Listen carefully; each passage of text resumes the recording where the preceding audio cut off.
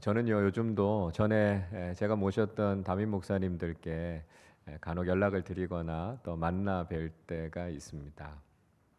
제가 목회를 하면서 참 감사하게 여기는 것은 좋은 목사님들을 통해서 목회에 대해서 좋은 것들을 많이 배웠다라고 하는 걸 생각할 때마다 감사하게 돼요. 이게 얼마나 큰 복인가라고 하는 걸 저도 알고 있기 때문에 지금도 장로회 신학대학교에서 멘토 교수로 우리 신학생들에게 목회자의 소양이 무엇인가, 또 목회의 경험에 대해서 같이 나누는 일들을 하고 있습니다. 제게 주셨던 복이니까요. 이 복을 흘러가게 해야 되겠다. 그런 마음이 있어서 후배들을 만나서 같이 가르치고 또 전하고 함께 기도하는 시간들을 갖고 있습니다. 제가 처음 전임 전도사 사역을 할 때 제가 섬겼던 담임 목사님이 계세요. 이분은 목회에 대한 열정이 아주 남다른 분이셨어요. 그리고 제가 막 부임하게 될 때 저보다 한 달 먼저 그 교회 담임 목사로 부임하셔서 뭐 얼마나 열심히 사역을 하셨는지 모릅니다. 솔직히 좀 힘들기는 했어요. 왜냐하면 새벽 기도 때 출근해서 아침, 점심, 저녁을 같이 먹고 밤에 한 10시쯤 퇴근했거든요. 그때가 제가 결혼하고 얼마 안 돼서였는데 거의 가정을 뒷전으로 두고 목사님하고 삼시세끼를 함께 하면서 아주 열심히 목회했던 기억이 납니다. 근데 제가 목회를 해보면서 그때 목회에 대해서 좀 더 많이 알았으면 목사님을 좀 잘 도와드릴 수 있었겠다 그런 마음이 들었어요. 그래서 한 번은 제가 목사님을 뵙고 그런 말씀을 드렸습니다. 목사님, 제가 목회를 해보니까 제가 그때 좀 더 잘 알았다면 목사님을 잘 도와드릴 수 있었을 것 같은데 그렇지 못해서 죄송합니다. 그런 말씀을 드렸어요.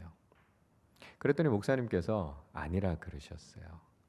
그때만큼 신나게 목회를 한 적이 없었고 지금도 종종 그때가 그립다. 그런 말씀을 하셨어요. 지금은 교회도 많이 커졌고 교역자들도 많아졌지만 그때만 갖지 못하다. 그런 말씀을 하시더라고요. 그래서 왠지 좀 허전해 하시는 목사님의 모습을 보면서 제 마음이 좀 짠해지는 걸 느낄 수 있었습니다. 그 이후에 제가 일산에서 부목사로 섬기게 될 때가 있었어요. 그때 제가 모셨던 담임 목사님은 말씀이 없기로 유명하신 분이셨습니다. 그래서 이분은 뭐 사역과 관련되는 이야기 아니면 거의 부목사들하고 1분, 2분을 대화를 하는 걸 거의 본 적이 없습니다. 뭐 그래도 제가 목사님하고 좀 대화를 좀 나누는 편이어서 간혹 제가 목사님 방에 가서 한 10분 정도 대화를 나누고 나오면 다른 부목사님들이 신기하다는 거예요. 저렇게 무뚝뚝한 분이랑 도대체 10분 동안 무슨 얘기를 했느냐고 저한테 물어볼 정도로 그렇게 말씀이 없으신 분이셨어요. 근데 이제 제가 그 교회를 나와서 이제 영락교회 부목사로 있을 때 산상기도회 강사로 그 목사님을 초빙하게 됐습니다.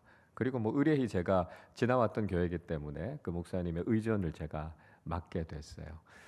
목사님을 숙소로 모셔다 드리면서 뭐 워낙 조용하고 말씀이 없으신 분이니까 제가 그렇게 말씀드렸습니다. 목사님 새벽 집회 마치시고 숙소에서 편하게 식사하실 수도 있고 혹시 원하시면 제가 같이 식사할 수도 있습니다. 저녁에도 호텔에서 편하게 식사하시고 시간 돼서 제가 모시러 올 수도 있고 괜찮으시면 제가 미리 와서 식사하고 목사님 모시고 기도원으로 갈 수도 있습니다. 어떻게 할까요? 여쭤봤어요. 당연히 혼자서 식사하시겠다고 말씀하실 거라고 생각했는데 의외로 그냥 아침에도 저녁에도 같이 와서 식사하자 그러셨어요.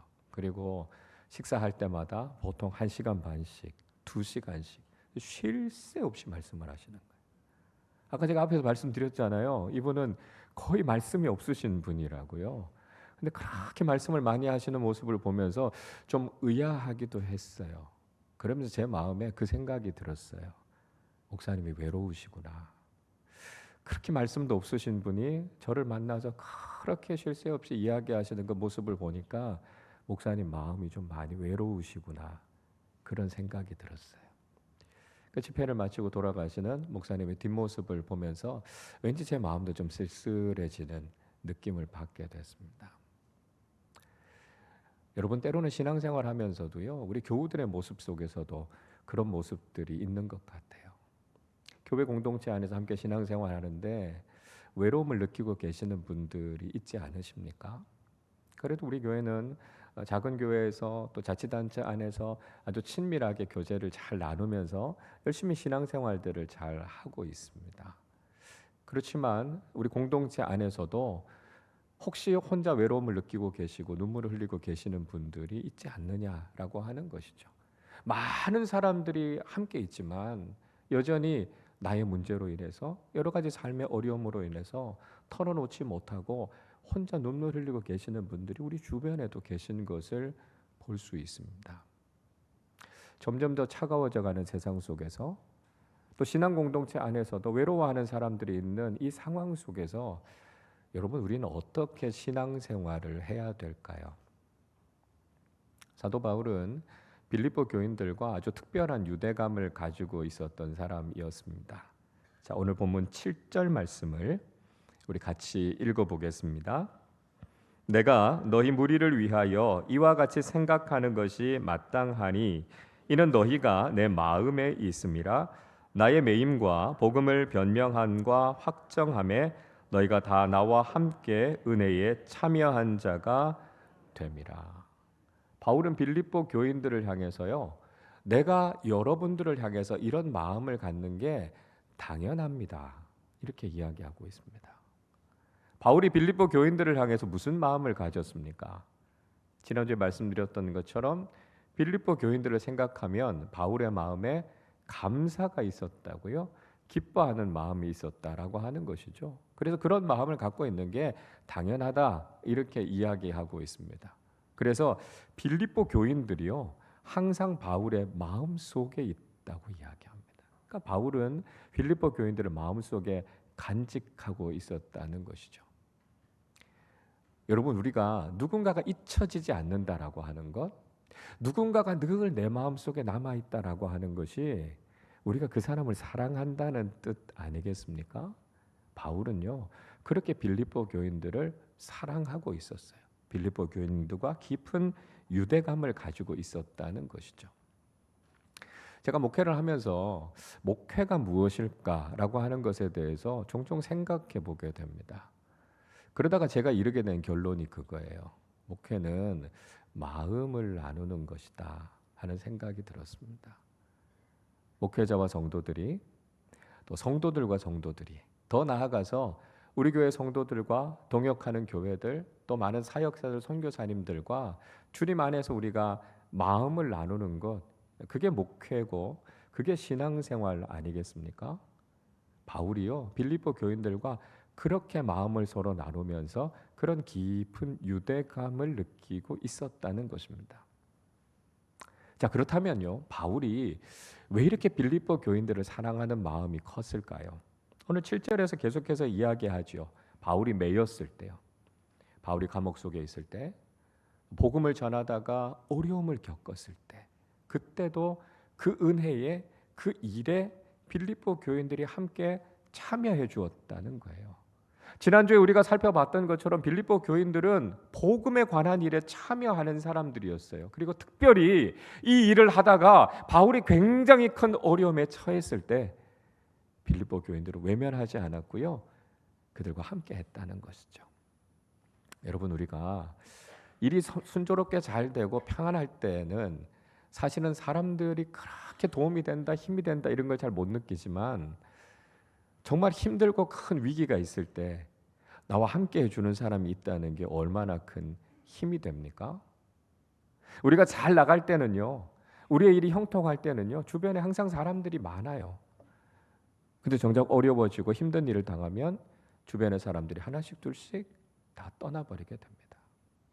그런데 그때도 떠나지 않고 내 곁에서 나를 지켜주는 사람이 있다는 것, 그 도움을 생각하면 그 고마움은 정말 잊을 수가 없는 거죠. 예수님께서도 마태복음 25장 35절 36절에서 이렇게 말씀하세요.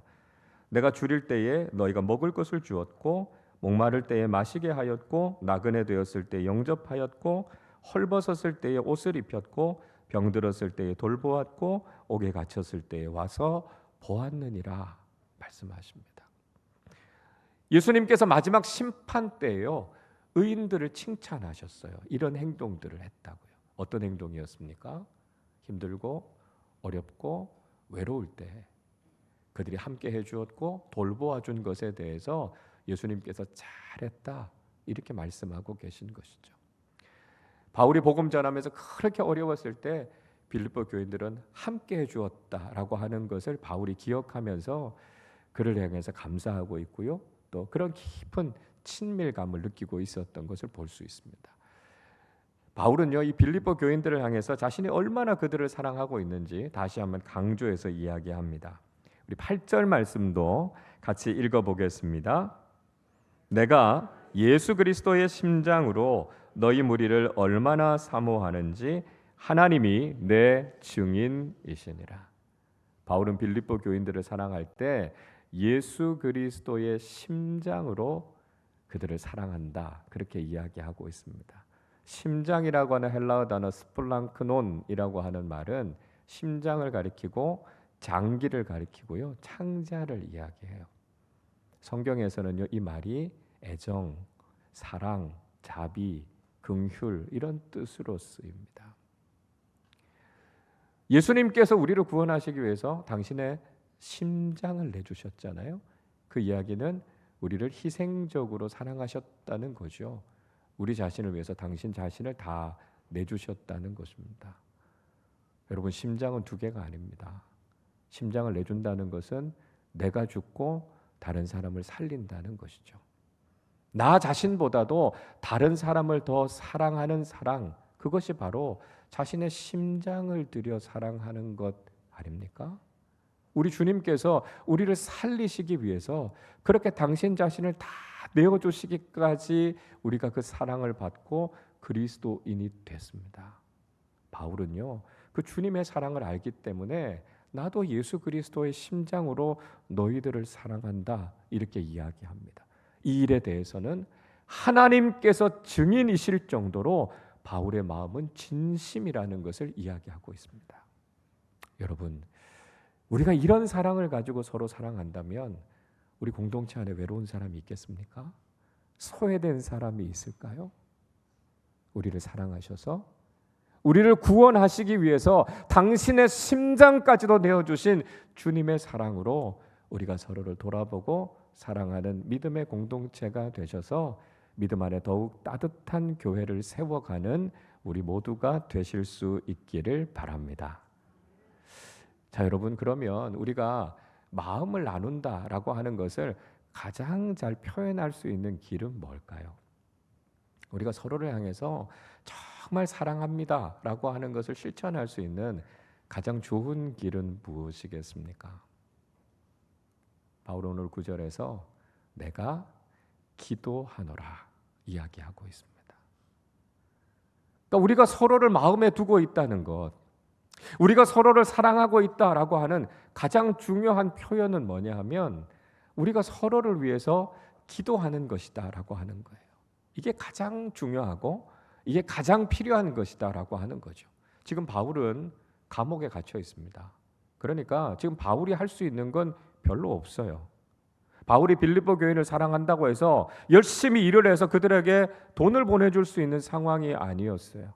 음식을 잘 만들어서 그들을 불러서 대접할 수 있는 게 아니었습니다. 시간을 내서 그들을 만나서 함께 이야기할 수 있는 게 아니었어요. 바울이 그들을 사랑하지만 그들을 위해서 할 수 있는 건 거의 없었습니다. 그러나 바울이 할 수 있는 게 있었어요. 그것이 바로 빌립보 교인들을 위해서 기도하는 것이었다는 거죠. 그리고 그들을 위해서 그렇게 기도하는 것이 가장 중요한 일이다 하는 것을 바울은 알고 있었다는 것입니다. 여러분, 우리가 사랑하면요, 서로를 위해서 당연히 기도하게 된다는 거예요. 사랑하는 사람들이 뭐 때문에 힘들어하는지, 사랑하는 사람들의 마음의 소원이 무엇인지, 그것을 아는 사람들은 그 사람들을 위해서 기도하게 된다라고 하는 것이죠.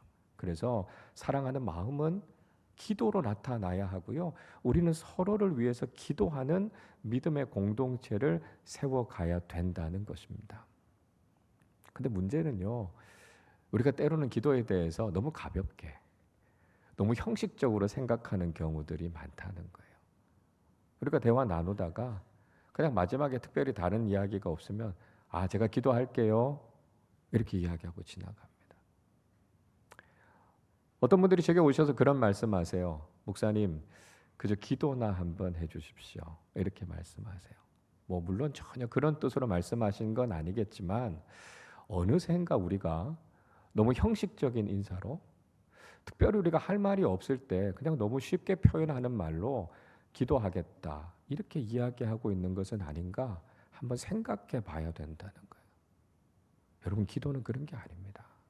기도한다는 것은요, 정말 그 사람을 사랑하고 그 사람을 향해서 온 마음을 쏟아놓는 걸 이야기하는 거예요. 바울이 로마 감옥 안에서요, 빌립보 교인들을 위해서 정말 온 마음을 다해서 기도하고 있다 이렇게 이야기하고 있습니다. 우리가 사랑한다는 증거가 뭘까요? 우리가 성도들 한 분 한 분을 기억하면서 그분들의 기도 제목을 떠올리는 거죠. 그리고 그 기도 제목을 위해서 무릎 꿇고 기도할 수 있을 때 우리는 정말 서로를 사랑하면서 살아가는 것입니다. 저도 우리 교우들 얼굴 볼 때마다 교우들의 기도 제목들이 떠올라요. 그러면서 기도의 자리에서 하나님 앞에 간절히 우리 교우들의 기도 제목들을 올려드립니다. 여러분, 우리가 정말 우리 교우들의 기도 제목들을 생각하면서 함께 기도할 수 있을 때 우리 공동체 안에 하나님의 사랑과 은혜가 더 충만해진다는 것이죠. 그래서 우리가 서로 마음을 나누고 우리가 서로 사랑하기 때문에 기꺼이 서로를 위해 뜨겁게 기도하는 믿음의 공동체가 되어야 하겠습니다. 자, 그렇다면 바울은요, 빌립보 교회를 향해서 어떤 기도의 제목을 가지고 기도하고 있을까요? 자, 먼저 바울은 그들의 사랑이 더욱 풍성해지기를 기도하고 있습니다. 우리 9절 같이 읽어보겠습니다. 내가 기도하노라 너희 사랑을 지식과 모든 총명으로 점점 더 풍성하게 하사. 바울은 빌립보 교회의 사랑이 더 풍성해지기를 기도하고 있습니다. 근데 빌립보 교인들은요, 원래 사랑이 많은 사람이었어요. 그래서 바울이 사역을 할 때 전심을 다해서 협력했을 만큼 사랑이 가득한 사람들이었습니다. 근데 바울은요, 거기에서 멈추지 말아라 이렇게 이야기하고 있습니다. 빌립보 교인들 안에서 서로 사랑하는 것, 바울과 빌립보 교인들끼리 사랑하는 것, 거기에서 머물지 말고 그 사랑이 더 흘러넘쳐서 다른 많은 교회들을 사랑하고 세상에 더 많은 사람들을 사랑하는 풍성한 사랑의 사람들이 되기를 원하고 있는 것이죠. 그러니까 마찬가지로요, 우리도 우리 안에서만 사랑하는 것, 거기서 만족하지 말고요, 우리 작은 교회가 사랑이 많다, 거기에서 만족하지 말고 우리의 사랑이 더 풍성해져서 차고 흘러넘쳐서 많은 사람들에게로 온 세상으로 흘러갈 수 있도록 우리가 그렇게 기도해야 한다는 것입니다. 근데 바울이요, 사랑이 풍성해지기를 기도하면서 이렇게 이야기해요. 지식과 총명으로 더욱 풍성해지기를 원한다, 그렇게 말씀하고 있습니다. 그러니까 사랑은 그냥 막무가내의 사랑이 돼서는 안 되고요, 올바른 지식과 총명 위에 사랑이 세워져야 한다는 것이죠. 여러분, 올 한 해 우리의 삶과 가정과 공동체 속에 지식과 총명으로 우리의 사랑이 더 풍성해지실 수 있기를 바랍니다.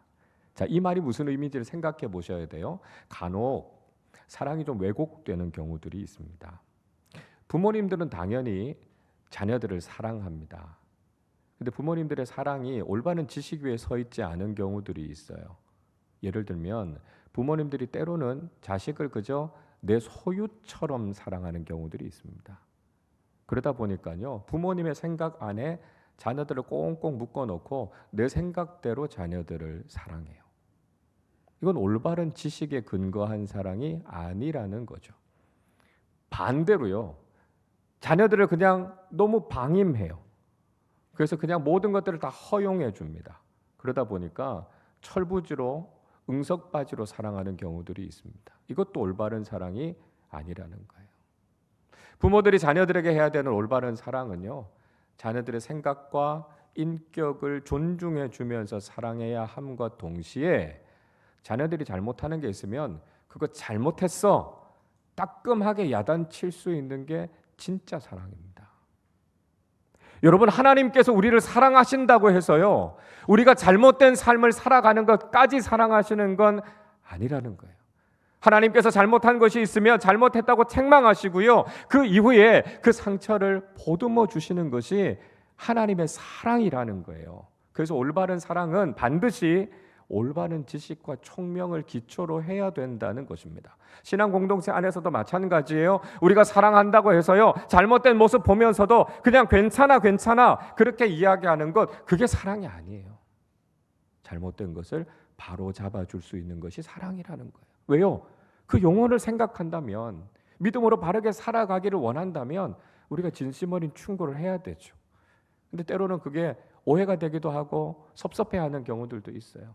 목회자들도 교우들이 신앙생활 하시는 모습을 보면서 아니요, 이렇게 신앙생활 하셔야 됩니다, 이렇게 말씀드리면 좀 섭섭해하는 경우들이 있어요. 목사님 마음 상했어요, 이렇게 말씀하시는 경우도 있어요. 오해하지 마세요. 사랑해서 말씀드리는 거예요. 여러분, 사랑이 더 풍성해지기 위해서는 우리가 올바른 지식 위에서 사랑해야 된다는 것을 알아야 하고요, 그렇게 우리의 사랑이 서로 풍성해질 수 있도록 기도하는 사람들이 되어야 한다는 것입니다.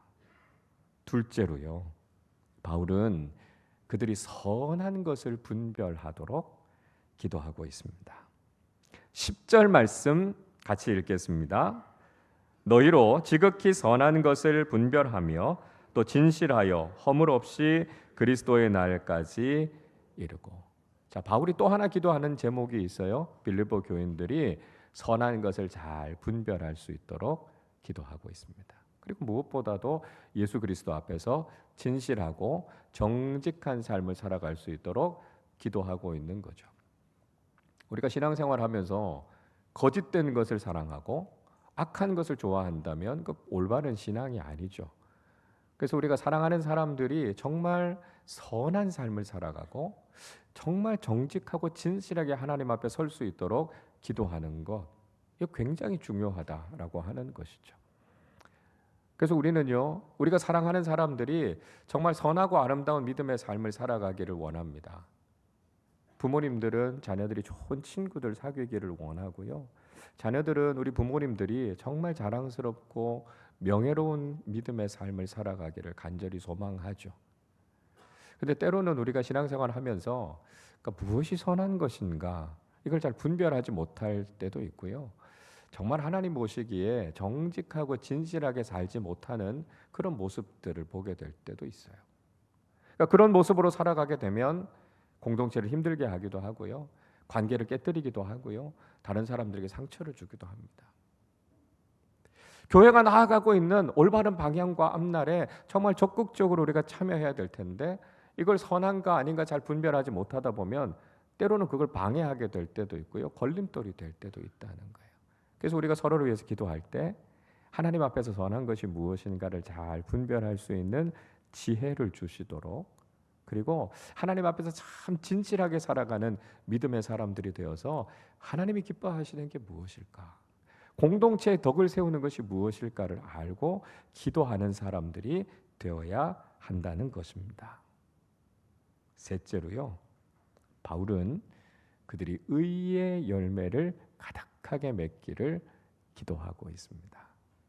11절 같이 읽겠습니다. 예수 그리스도로 말미암아 의의 열매가 가득하여 하나님의 영광과 찬송이 되기를 원하노라. 바울은 빌립보 교회가 예수 그리스도를 말미암아서 의의 열매를 가득하게 맺기를 위해서 기도하고 있습니다. 그러니까 열매 맺는 신앙을 가지도록 지금 축복하고 있는 것이죠. 예수님께서도 이 열매 맺는 삶에 대해서 강조를 하셨습니다. 마태복음 7장의 말씀에 보니까요, 예수님께서 나무를 평가하실 때 열매를 보면 안다, 그렇게 말씀하셨어요. 좋은 나무는 좋은 열매를 맺고 나쁜 나무는 나쁜 열매를 맺는다는 것이죠. 그래서 우리가 좋은 열매를 맺는 좋은 나무가 돼야 된다라고 하는 것을 주님께서 말씀하셨습니다. 요한복음 15장 참 포도나무의 비유 잘 아시지 않습니까? 예수님께서 이 비유의 말씀을 통해서 어떻게 하면 우리가 풍성한 열매를 맺을 수 있을까의 비결에 대해서 우리에게 말씀하세요. 요한복음 15장 5절에서 이렇게 말씀합니다. 나는 포도나무요 너희는 가지라.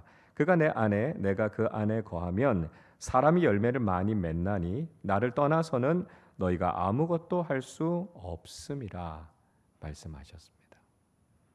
예수님께서 포도나무이시고요, 우리가 가지라는 거예요. 그래서 우리가 열매를 맺기 위해서는 포도나무이신 예수님께 꼭 붙어 있으면 우린 풍성한 열매를 맺게 된다 말씀하고 있습니다. 그래서 우리가 믿음의 삶을 살아가는 동안 우리가 좋은 열매를 맺는 신앙인의 삶을 살아가는 것이 중요하다라고 하는 것이죠. 우리가 올바른 신앙생활을 하고 있는가 무엇을 보면 알 수 있습니까? 열매를 보면 알 수 있다는 거예요.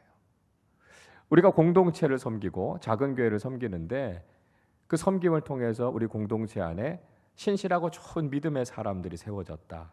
그러면 우리가 좋은 열매를 맺은 거예요. 우리가 양육과 훈련을 통해서 예수 그리스도를 잘 닮은 성숙한 주님의 제자가 배출됐다라고 하면 그 사역은 올바른 사역이라는 거예요. 우리가 믿음의 삶을 살아가는 모습을 보면서 다른 사람들이 하나님과 더 가까워졌다면 우리는 의의 열매를 맺은 거예요. 우리가 바로 그런 열매를 맺을 수 있도록 우린 서로를 위해서 기도해야 된다는 것이죠. 우리의 신앙생활을 통해서 우리의 공동체를 통해서 하나님께서 기뻐하시는 열매를 가득 맺어갈 수 있도록 우리 서로를 위해서 기도할 수 있어야 한다는 것입니다. 여러분, 우리는 영적으로 함께 깊이 교제하는 아름다운 믿음의 공동체를 세워가야 하겠습니다. 세상은 점점 차가워져 가고 있고요. 신앙 공동체 안에서도 외로움을 느끼는 사람들이 여전히 있습니다. 오늘 사도 바울이 이야기한 것처럼 우리가 서로 마음을 나누고 예수 그리스도의 심장을 가지고 서로를 사랑하는 따뜻한 믿음의 공동체를 함께 세워가야 하겠습니다. 우리가 서로를 사랑한다는 가장 중요한 표현은요, 서로를 위해서 기도하는 겁니다. 서로의 기도 제목들을 기억하고 우리가 마음을 다해 함께 뜨겁게 기도하는 공동체가 될 때 우리 공동체 안에 하나님의 은혜가 풍성하게 임하게 될 것입니다. 우리의 사랑이 더 풍성해지도록 선한 것을 분별할 수 있는 지혜를 주시도록, 그리고 우리의 삶과 신앙을 통해서 의의 열매를 풍성히 맺어가는 믿음의 사람들과 공동체가 될 수 있도록 서로를 위해 기도해 주시기를 바랍니다. 우리 아름다운 교회가 그렇게 귀하고 따뜻한 믿음의 공동체가 되어서 하나님께 영광이 되고 우리 모두에게 기쁨이 넘쳐나는 귀한 믿음의 공동체가 될 수 있기를 주님의 이름으로 축원합니다. 우리 시간에 말씀을 생각하면서 함께 찬양할 텐데요, 누군가 지쳐있고 누군가 쓰러져 있을 때 우리가 서로를 위해서 기도하면서 서로를 격려하면서 서로를 세워가면서 하나님의 사랑이 흘러가는 따뜻하고 아름다운 공동체를 세워가게 해주십시오. 그 고백 담아 함께 찬양하도록 하겠습니다.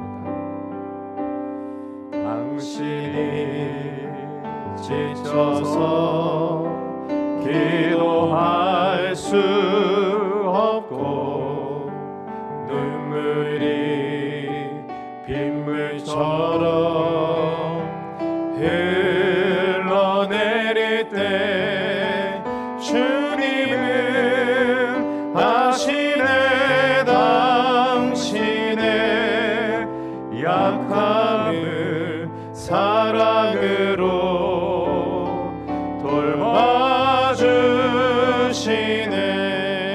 누군가 널 위하여 누군가 널 위하여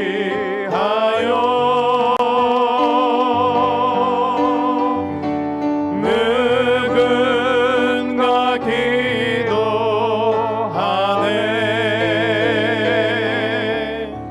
내가 홀로 외로워서 마음이 무너질 때 누군가 널 위해 기도하네. 누군가 널 위하여 누군가 널 위하여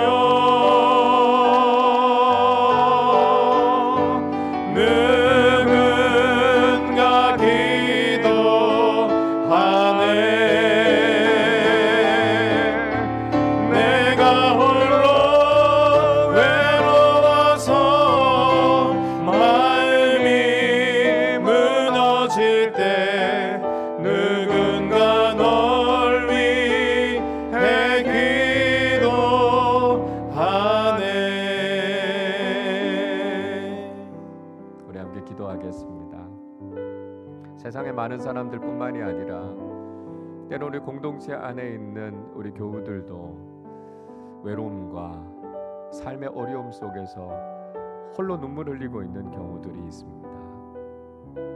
우리가 믿음의 공동체 안에서 서로 마음을 나누고 예수 그리스도의 심장을 가지고 서로 사랑하는 따뜻한 공동체가 되게 하여 주시옵소서.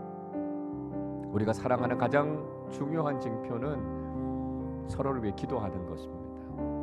하나님, 우리가 교우들 한 분 한 분 기억하면서 우리가 그 중보의 기도 제목들 마음에 품고 간절한 마음으로 뜨겁게 기도하는 공동체가 되게 하여 주셨습니다. 하나님, 그 기도에 응답하여 주시고 그 기도를 통해 우리가 더욱 친밀하고 따뜻한 믿음의 공동체를 세워가게 하여 주셔서 이 힘들고 어려운 믿음의 길을 헤쳐나가는 아름다운 신앙의 공동체로 살게 하여 주시옵소서. 말씀을 생각하며 함께 합심으로 기도하겠습니다. 하나님 아버지, 감사합니다. 하나님 아버지, 우리에게 이 좋은 믿음의 공동체를 허락하여 주시고 서로를 돌아볼 수 있는 좋은 공동체를 세워주심을 감사드립니다. 하나님, 그러나 우리가 교회 안에서 함께 신앙생활하고 있지만 여전히 혼자 울고 있는 사람들, 외로움을 느끼는 분들, 소외된 분들, 어려움 가운데 처해 있는 많은 분들이 있습니다. 하나님, 우리가 서로 마음을 나누게 하여 주시고 예수 그리스도의 심장으로 서로를 사랑하는 그 따뜻한 사랑, 그 뜨거운 마음 가지고 서로 사랑하는 공동체를 세워가게 하여 주시옵소서. 하나님 아버지, 사랑하는 교우들을 위해 우리가 주님 앞에 무릎 꿇고 간절하게 기도하게 하여 주시옵소서. 어려움 가운데 처해 있는 많은 교우들이 있습니다. 우리의 기도가 필요한 많은 교우들이 있습니다. 하나님 아버지, 그저 내 기도에만 머물지 않게 하시고 우리 교우들을 돌아보며 간절한 마음으로 기도하게 하여 주셔서 하나님 아버지, 그 기도를 통해 하나님 우리 교우들의 어려움을 잘 이겨내게 하여 주시고 하나님 아버지, 서로 뜨겁게 기도하는 그 기도를 통해 우리의 공동체가 더욱 따뜻한 믿음의 공동체가 되게 하여 주시옵소서. 영적으로 더욱더 차가워져가는 이 세상을 살아갈 때 믿음의 공동체가 있기에, 함께 기도하는 사람이 있기에, 누군가 우리를 위해서 부르짖어주는 믿음의 공동체가 있기에 우리가 다시 이 어려움 속에서 일어나 믿음의 길을 걸어가며 이 어려움을 헤쳐나가는 믿음의 승리를 경험하게 하여 주시옵소서. 하나님 아버지, 우리 아름다운 교회가 그렇게 따뜻하고 성숙한 믿음의 공동체로 서게 하여 주옵소서.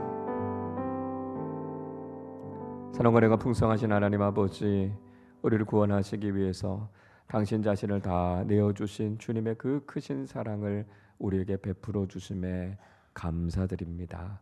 하나님, 여전히 우리 주변에 외로워하는 사람들, 소외된 사람들, 힘들고 어려운 일들 때문에 눈물 흘리는 많은 분들이 계십니다. 하나님, 우리가 서로를 돌아보며 마음을 나누게 하여 주시고 예수 그리스도의 심장으로 서로를 사랑하는 따뜻하고 아름다운 공동체를 세워가게 하여 주옵소서. 하나님, 무엇보다 우리 아름다운 교회가 서로를 위해 뜨겁게 기도하는 교회가 되게 하여 주시옵소서.